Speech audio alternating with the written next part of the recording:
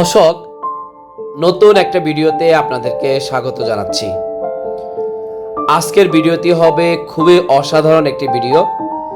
নোয়াখালীর ঐতিহ্যবাহী খুবই প্রাচীন একটি মসজিদ, সেটি আপনাদের সাথে বিস্তারিত শেয়ার করব। সেই মসজিদে কিভাবে যাবেন, কিভাবে সেই মসজিদটি ঘুরবেন এবং সেই মসজিদের পূর্ণাঙ্গ ইতিহাস আপনাদের সাথে তুলে ধরব। তো চলেন ভিডিওটি শুরু করা যাক।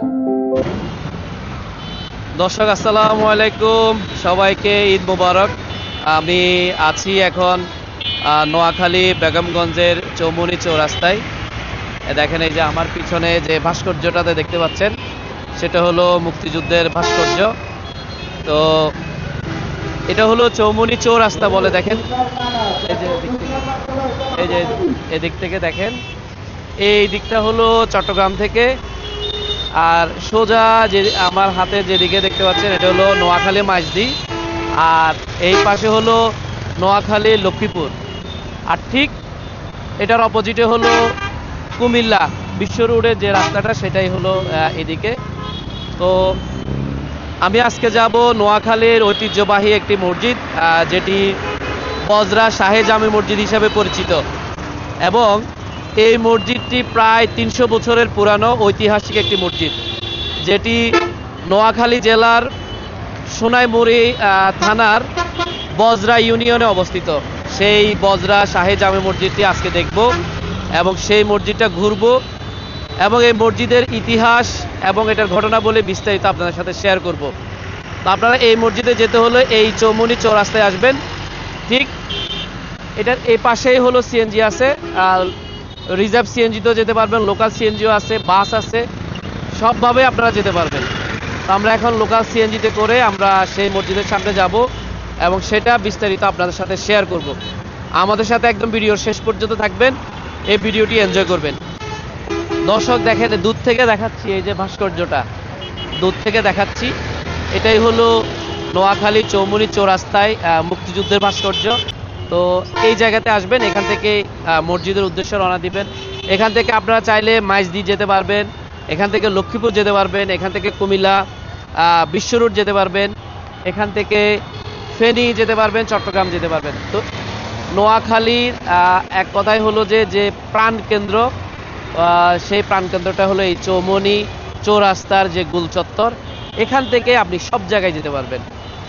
তো এই যে এখান থেকে আমরা মসজিদের উদ্দেশ্যে রওনা দিব। দর্শক, চৌমুনি চৌরাস্তা থেকে কুমিল্লার দিকে যাওয়ার পথে যে সিএনজি স্টেশন, সেখান থেকে আমরা লোকাল জনপ্রতি 50 টাকা ভাড়ায় আমরা চলে যাচ্ছি বজরা বাজার। বিখ্যাত বজরা বাজারের সামনে সোনাইমুড়ি হসপিটাল, ঠিক সেই সোনাইমুড়ি হসপিটালের বাজারে আমরা নামবো এবং কিছুক্ষণের মধ্যেই সেখানে পৌঁছাবো। তো দর্শক, এই যে চৌমুনি চৌরাস্তা থেকে আমরা চলে আসছি বজরা বাজার পার হয়ে সেই বজরা হসপিটালের মুখেই। দেখেন, এই যে এখানে বজরা শাহে জামে মসজিদের একটা দান বাক্স আছে এখানে, এই যে দেখেন। তো এখান থেকে আমরা এই যে এই রুটটাতে একটু সামনে ঢুকবো, হাতের বাম পাশে। এখান থেকে 2-3 মিনিট হাঁটলেই সেই বজরা শাহে জামে মসজিদ, সেই ঐতিহাসিক মসজিদটি। তো আপনারা এই জায়গায় আসবেন। আপনারা যদি ঢাকা থেকে আসেন, তাহলে ঢাকা থেকে আপনারা চলে আসতে হবে সোনাইমুড়ি হসপিটালের সামনে, হসপিটাল বাজার যেটা বলে, বজরা হসপিটাল বাজার, ঠিক এখানে নামবেন। এখান থেকে নেমে হাতের ডান পাশে। আর আপনি যদি নোয়াখালী চৌমুনি থেকে আসেন, তাহলে বজরা বাজার ফেলে এই বজরা হসপিটাল এলাকার হাতের বাম পাশে গেলেই এই মসজিদটা পড়বে। তো আমরা ঠিক এখান থেকে একটু যাব এবং গিয়ে মসজিদটা দেখাবো।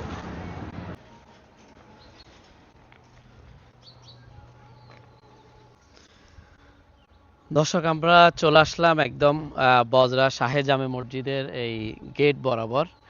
দেখেন, আমরা এই যে মেইন রোড থেকে আপনি একটু হেঁটে আসলে, 2 থেকে 3 মিনিট হেঁটে আসলেই ঠিক এই রাস্তা দিয়ে আসলেই সোজা এই যে এখানেই হলো বজরা শাহে জামে মসজিদের এই গেট। দেখেন, আর এই এলাকাটা খুবই সুন্দর এবং দেখেন খুবই সুন্দর প্রাকৃতিক একদম একটা জায়গা।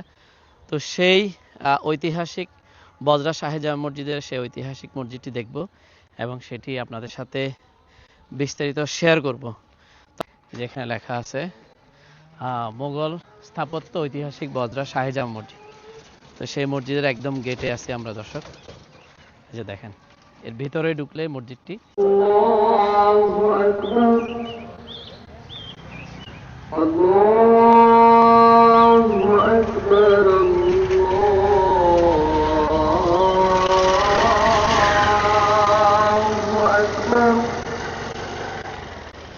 أشهد أن لا إله إلا الله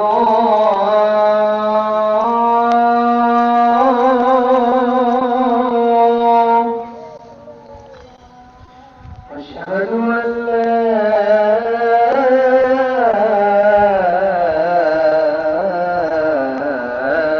إله إلا الله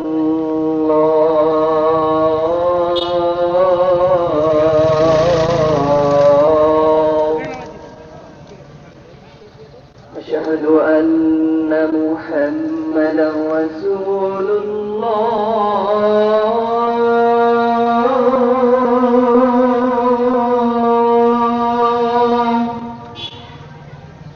أشهد أن محمدا رسول الله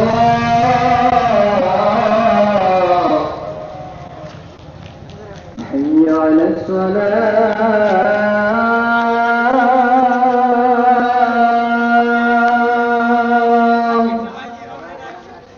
حي على الصلاة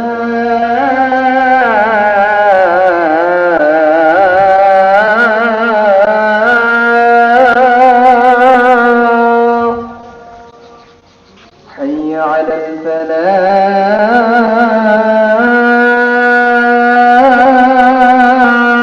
الفلاح حي على الفلاح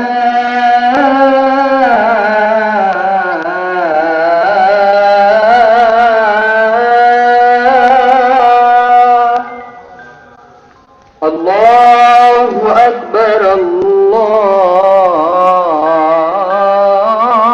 الله أكبر لا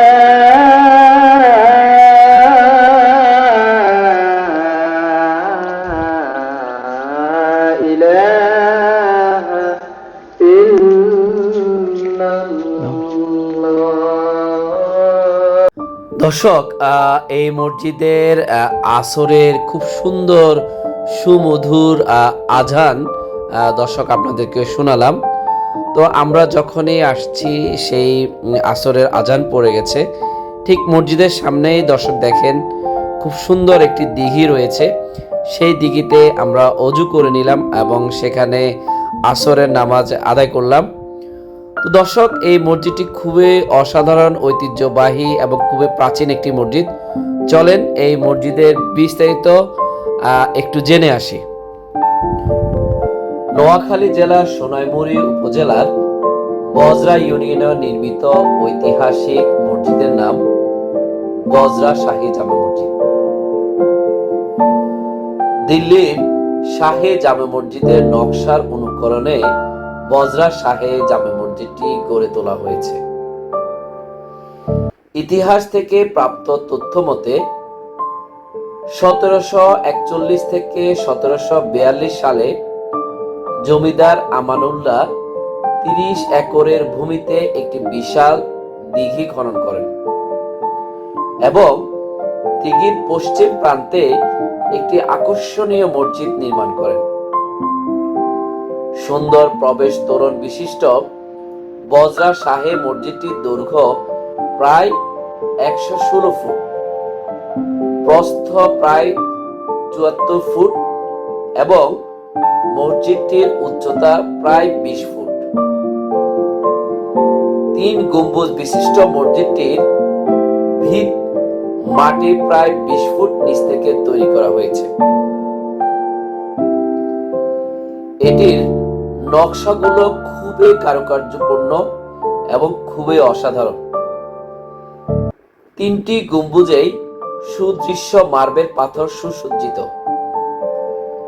মসজিদের অভ্যন্তরে প্রবেশের জন্য 3টি ধনুকাকৃত দরজা ও কেবলার দিকে 3টি কারুকার্য খচিত মেহরাব রয়েছে।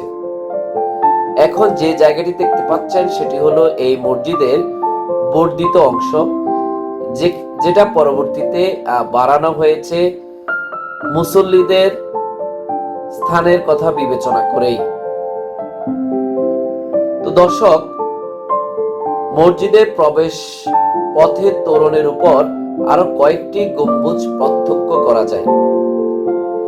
এখন যেটি দেখতে পাচ্ছেন দর্শক, সেটি হলো এই মসজিদের প্রতিষ্ঠাকালীন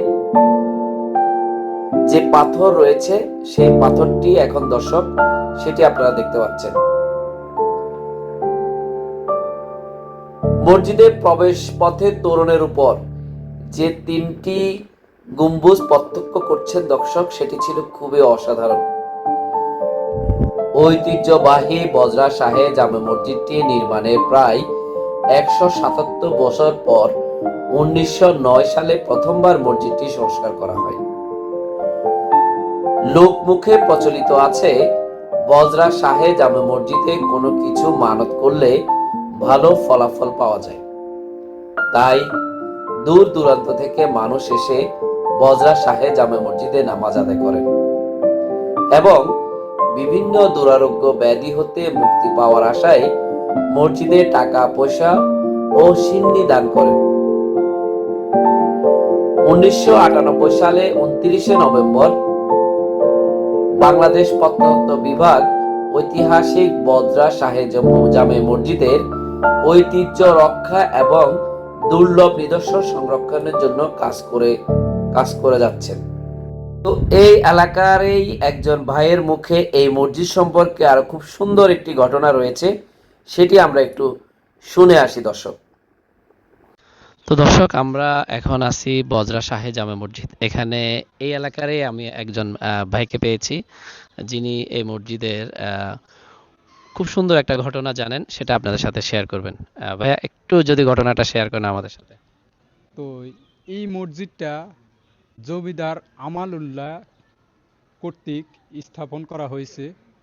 তারা ছিল দিল্লিতে। তখন আমানুল্লাহর পিতা দিল্লি থেকে তাকে পাঠিয়েছে নৌকা দিয়ে। নৌকা করে যখন পাঠিয়েছে, তখন তারা ওই জমিদার বলেছিল যে এই নৌকার তেল যেখানে গিয়ে শেষ হবে, ওইখানে দিল্লি শাহী জামে মসজিদের আদলে ওইখানে একটি মসজিদ স্থাপন করা হবে। তখন তাদের তেল বজরাতে এসে শেষ হয়েছে। এখানে একটি খাল ছিল, তখন ওই খাল দিয়ে নৌকা এসে এখানে তেল শেষ হয়েছে। তখন এখানে দিল্লি শাহী জামে মসজিদের আদলে এখানে একটি মসজিদ স্থাপন করা হয়েছে। নৌকাটা ছিল বজরা নামে। নৌকাটা ছিল বজরা নামে তখন। আচ্ছা, ওই থেকে এই গ্রামের নাম বজরা। বজরা রাখা হয়। জি। এবং যে জায়গায় নৌকাটা থামছে সেই জায়গাটা কোথায়? ওইদিকে আমাদের একটা মাজার ছিল, মাজারের কর্নারে এসে নৌকাটা থামে। এবং সেই জায়গায় হলো যে নৌকাটা থামে আর মসজিদটা তৈরি করা হয় এই জায়গায়। ওই জায়গাতে ওইটাই মসজিদের এরিয়া। পুরাটা মসজিদের এরিয়া, মেডিকেল থেকে শুরু করে একেবারে মেন রোড পর্যন্ত হলো বজরা শাহী জামে মসজিদের এরিয়া। এই যে জমিদার আমানুল্লাহ সাহেব, যিনি এই মসজিদের প্রতিষ্ঠাতা, তো দেখেন এই উনার এবং উনার স্ত্রীর হলো এই যে কবর বা মাজার যেটাই বলেন, এই যে এখানেই উনাদেরকে শায়িত করা হয়েছে।